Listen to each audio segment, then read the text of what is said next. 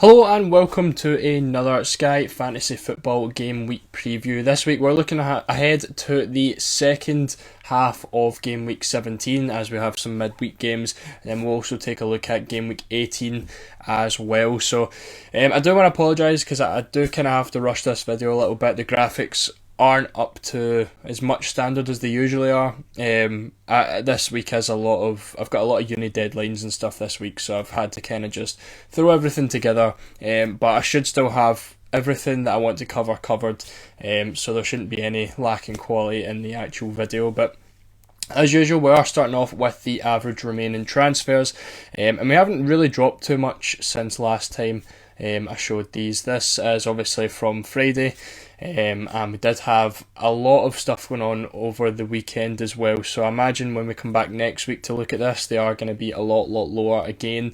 The likes of Nick Pope got injured. He will be out for about 4 to 5 months. There was a scare with Leno as well getting injured. I think Jose Sa got injured as well. However, I think he might be back in training, but I think a lot of people still would have been bringing him out. Watkins was a popular transfer out. Bowen as well was a popular transfer out.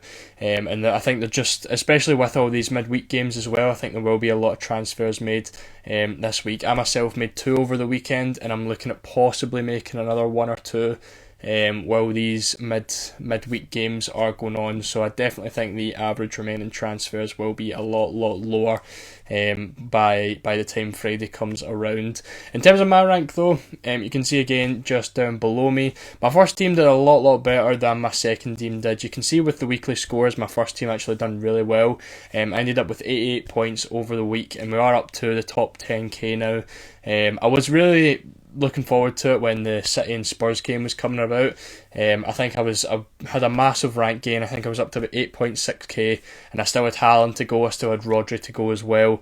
But unfortunately, Son ended up performing quite well in that game, and even with Haaland captain and Rodri, I still ended up dropping rank in the end. But down to 33 and 32 transfers. Again, want to kind of maintain about the 30ish for overhaul. Again, if you end up going over it to like 29, it's not going to be the end of the world. If you have to make a transfer, you make the transfer.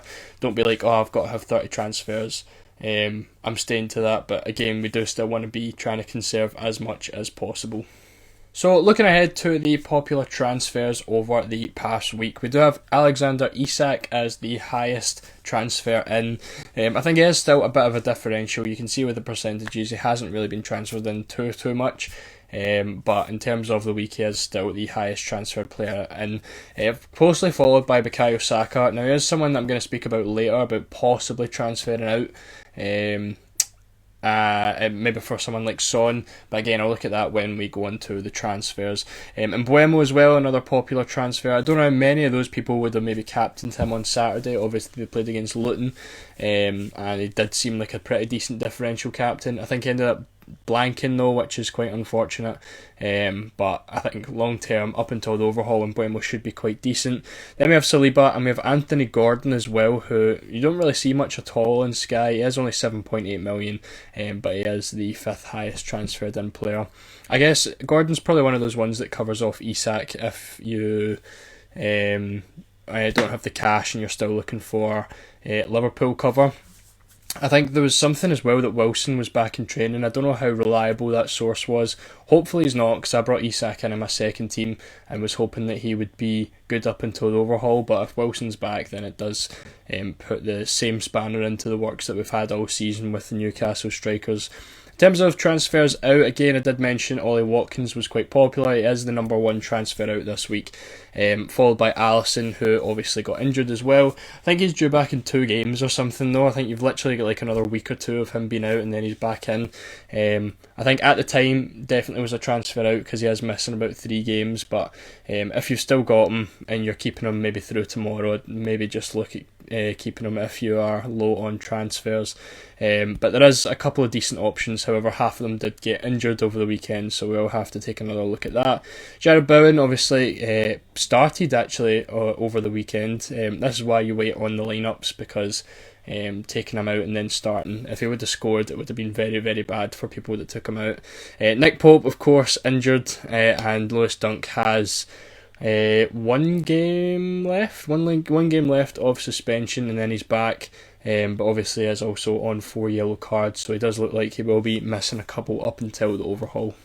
So, captains for this week again, as I said with the graphic, we don't have the fixtures or anything there. I did have to kind of just throw this together with the time frame that I've got, but I think if I did include the fixtures, we literally would have been here for about half an hour anyway. So tonight, Tuesday's captain, I do think Saka is the go-to pick.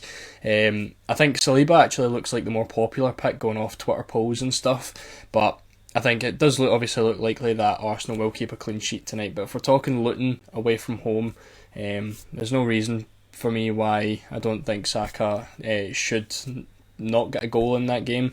I think it's one of those ones where if you're looking to gain some rank, I think Saka's probably the best one because he has the higher ceiling. If you're looking to kind of maintain your rank and you're happy with it right now, it's probably go with the safe option and pick Saliba.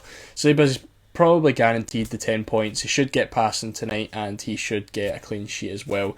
However, if you, again, as you said, in my situation, trying to gain some rank right now, I think Saka's the more explosive one. You can hope for 2 or 3 goals from him tonight, and then you'd end up with a big rank gain.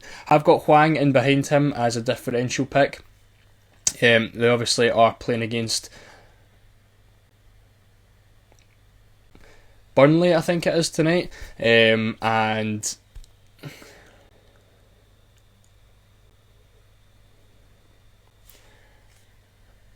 he is on some very good form, and I think there's talk that Neto could be on the bench tonight, which would mean that Hwang would move back out to the wing.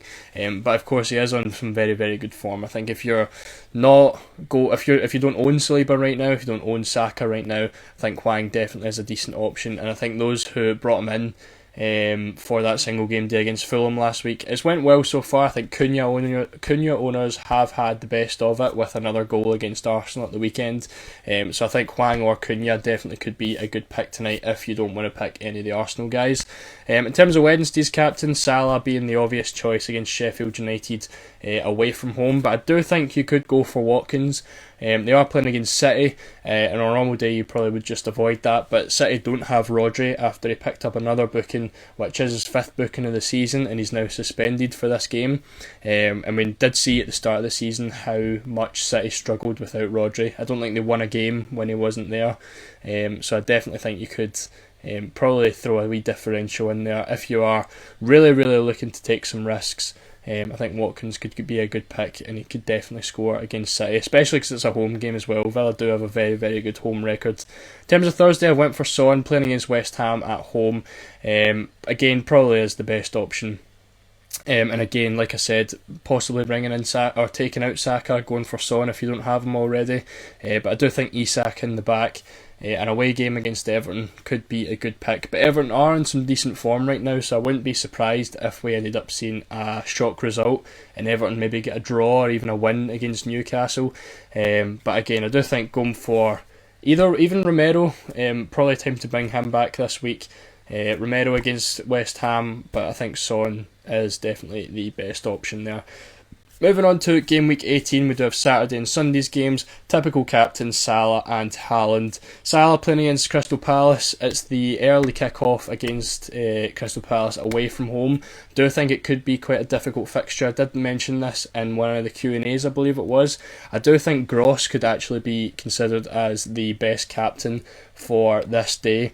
They do play against Burnley at home, and obviously did get benched at the weekend, Gross, but I think that was just a rest for him. I think he should be nailed on. I think he should be perfectly fine, and he will be good to go for Saturday's game against Burnley. So I am actually very tempted to captain Gross on Saturday. Again, another differential pick, not really highly owned, and I definitely don't think he's going to be highly captained. I do think Salah could struggle against Palace, because Palace away is always a very tough game. And then finally, rounding things off, Haaland against Luton on Sunday. I really was debating not even putting Son in this because I don't think he would be captaining anyone else, but Haaland against Luton away from home is definitely the pick for Sunday. So a couple of transfers for this week. We do have Saka to Son. Now this is probably one that a lot of people are going to be like, "What? Why would you want to take Saka out?" Well, I will explain it more when we look at our fixture gains. The spreadsheet shows it a bit more, but we do have a 4-for-1 with Son. If you take Saka out. For him, we do have the single game day as well against Nottingham Forest, which I think Son easily is the best captain on that day, being at home as well. So if you're looking for a captaincy, Son's probably the best one, and you could maybe look at taking Saka out. I think I'd only take Saka out if you really need the budget. Like if you're able to afford someone not Saka, I think keeping him's definitely decent. But I think if you're looking at who you would prefer to have in Sky up until the overhaul, if it's Saka or Son, I think I'd definitely be picking Son, because I do have Son down as the best captaincy 3 more times up until the overhaul, whereas Saka I only have it once, and I believe it's right before Christmas. Again, we will look at it when we go into the spreadsheet section of things, but it is a 4-for-1 for moving Saka onto Son on Thursday. And then we've got Anderson onto Romero, a transfer that's kind of been in the bag for weeks. Anyone that brought Anderson in was planning to make this transfer. Anderson's now going on to a tough run of games with Liverpool and City coming in, so he hasn't really been as good as we would have wanted. He's not really picking up the passes, and Crystal Palace haven't been doing too well in terms of clean sheets. So it's definitely one that you are going to want to make. Romero is obviously back from his suspension, and you probably just hold him right up until the overhaul. Next one is really just any goalkeeper that you have at the weekend who happen to get injured. I think Leno's okay. Sa hopefully should be okay, but he could still be injured. Pope's definitely out, and Alisson's definitely out. Alisson obviously with a much shorter term injury than Pope is, but Pope to Sanchez I think is probably the best option. I think it would have been obviously better on Sunday where you would have gained the extra fixture out of it, but Sanchez you're putting in, he's getting the saves for Chelsea, the odd clean sheet you would hope, but the main thing would be that you're covering the captaincy on Christmas Eve against Wolves. So that's the transfer I made on Sunday. In my first team I did own Pope, and then I've managed to save some budget as well and go for Sanchez. So I think that's an obvious move. I think Sanchez is definitely the best keeper to move on to if you're having some goalkeeper troubles, because you are covering that captaincy on Christmas Eve. So looking at our fixture gains then, this is where I can really more explain the Saka to Son move. So obviously you get the game tonight with Arsenal against Luton, you don't want to be missing that one. And then we move on to Thursday where we can get Spurs' games right along here. This is where the 3-for-1 really comes in. We get Spurs where you can get Son against West Ham. On Sunday you can get Son against Newcastle, and then next Friday you can get the single game day against Nottingham Forest.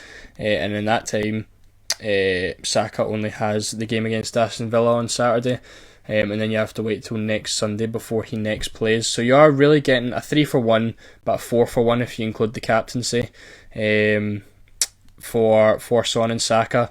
You can also include this if you're doing maybe got Rice or someone and you want to move on to maybe Romero if you don't have Anderson. Rice to Romero could be a decent move if you wanted to do something like that. But if we look at the captaincy days, which is right over here, actually no, I'd be better showing the table. This is this one. These are our captains. So we've got Saka and Haaland, which is now gone. That weekend's just passed. So we have Saka, we have Salah, and we have Son. Saka being tonight's captain. So once tonight's over, we're looking at only the Thursday on Gameweek 20 where Saka is the best captain. And then in that time you've obviously got Son here on the Thursday, Son next Friday, and then we have Son again in Gameweek 21 on the Sunday. So Son really has 3 more captaincies, in which time Saka would only have 2. Obviously this still includes the weekend, so Saka's going to move down to 2 on that one. So I think it could be a decent move. You know, you're covering captaincies with Son. Arsenal don't have any single game days, where Spurs do still have that single game day. So that's an away game against Forest. I thought it was a home game. Still is the best captaincy though, it doesn't change anything else. And then on this day as well, which is one where you probably would have captained Saka, Son's probably the best captain there again with a home game against Bournemouth. So I do think in general it could definitely be worth it. Obviously, ideally you would like to keep Saka because he is still in some decent form, but Price-wise, a lot of people aren't going to be able to do that, and you are saving about 0.7 million, I think, making that move if you are kind of low on budget for anything else. Obviously, if you have money to be able to move on to Son and keep Saka, definitely go for it. But I think for a lot of people, it's going to be a bit of a struggle.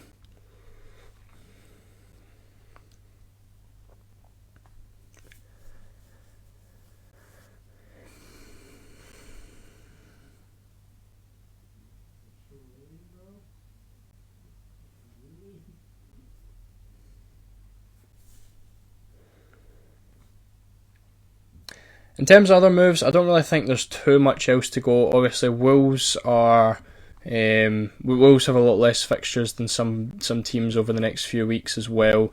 One game against Forest, you've got a 4-1 with Spurs, 4-1 against with Forest, 4-1 with Newcastle. Sorry, 3-1 with Newcastle, 3-1 with City, etc., etc. But you are probably going to want to keep your Wolves players up until this Christmas Eve fixture against Chelsea, so I wouldn't really be too worried about that. In terms of other teams, I don't really think there's too much else.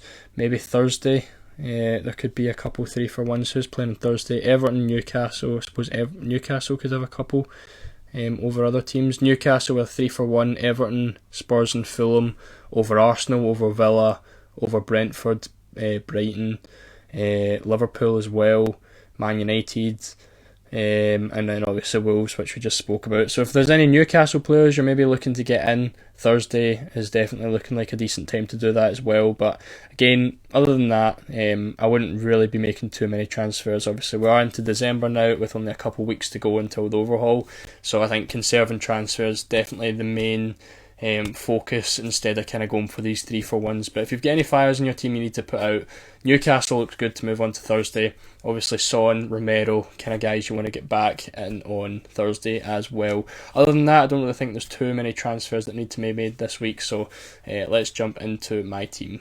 So looking at the teams going into this week then, you can see with the first team we do have a couple of red exclamation marks here. Obviously Bayer and Rodri both picked up their 5th yellow card over the weekend, but I'm just going to be keeping both of them. Again, you're only missing a midweek game. Like Bayer misses tonight's game and then he's straight back, and then Rodri misses the game against Villa, then again he's straight back for the weekend. So I'm not going to be too fussed about that.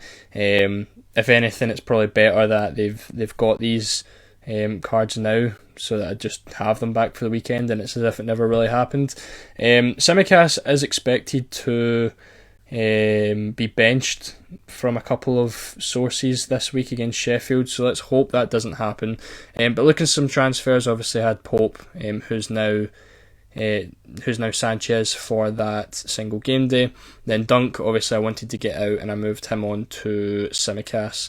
Now this does give me 2.1 million in the bank, which allows me to do Rice to Son right there, which is something I'm definitely considering, but now I know I don't have any Brighton cover for the single game days, so I was tempted to go with Anderson. Basically, I've got a situation here where I think Rice is going to go to Son. Rice has been doing well, but I think in terms of captaincies and stuff, I definitely want Son. Now I'm in a situation where do I want to cover the Brighton captaincies or do I just want Romero up until the overhaul?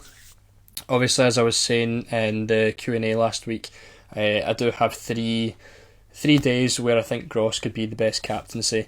Romero is obviously not going to have that, and now that I've got Son, I'm not going to need to captain Romero for any Spurs days. So I can afford either one. Obviously the benching of Gross made it a little bit more difficult because he was possibly going to come in on Tuesday or Sunday. But now that he's been benched, hopefully he plays tomorrow. We do get to see the lineups with it, so if he plays starting 11, he probably comes in. And I'm probably just going to have to accept the fact that I'm not going to get Romero in up until the overhaul unless any injuries or anything happen. But at least I know I've got Romero as a backup transfer, as someone just to come straight in if anyone happens to get injured or anything. But looking at the midfield in that team, I'm very, very, very happy with it. I think Rodri, Saka, Son, Salah, easily the best 4 midfielders you can get this year. Then Gross is obviously there covering captaincies. Haaland, Watkins, again, best 2 strikers. Watkins still is the captaincy against Sheffield as well. And then don't really need to speak about Haaland. Then the defence isn't great, but which defence is, because no defender's really getting points right now. Bayer's picking up points. He picked up a clean sheet, which was fantastic at the weekend. Obviously 6.6 million. He's really just there to pick up some passing. And again, over the last 4 weeks, I've really got nothing to complain about. The fact he's that cheap and doing quite well, I'm quite happy that I held him. Saliba's doing well, and then obviously we've got Tsimikas up to the overhaul as well. So that is the plan for that team. In terms of captaincies, tonight I'm going to go with Saka, because I'm looking to try gain rank, and again, as I said, he does have the higher ceiling. Wednesday, Salah probably. Doubt I'm going to go for Watkins or Haaland. I'd rather just play the safe route with that. Then Thursday I'm going to be bringing in Son. Looking at the second team, looking a bit different now to the first team, still quite similar, but Anderson's going to come out for Romero, and then in this team I think it's going to be Saka to Son, which isn't something I really want to do, but again, it's the second team, so I'm not really too fussed about it. I did bring Isak in this team for Dunk over the weekend, and then it's just going to be Anderson and Saka to Son and Romero. So that's going to bring me down to 30 transfers as well in this team. So this team might end up just a little bit less than 30 transfers by the time the overhaul comes over. But again, quite happy with that team. It looks pretty decent. Only real threats to it is the fact that I'm missing Saka. But again, it's not the end of the world. It is only the second team. But again, I feel like I'm quite well set up for the overhaul. Hopefully no more injuries happen or anything. And hopefully things go well with this team. Again, with the yellow cards, I'm not too fussed. They're only missing a game. It's not the end of the world. But that is going to wrap up this week's Game Week preview. If you enjoyed, make sure to leave a like. Again, I apologise, it was quite rushed. And the graphics weren't as good as they normally are. It will be back to normal next week. As I said, this week is just kind of assessment week for my university work and stuff. So again, I apologise, but hopefully this still worked out quite well. Hopefully you did enjoy, and I will see you all in the next video.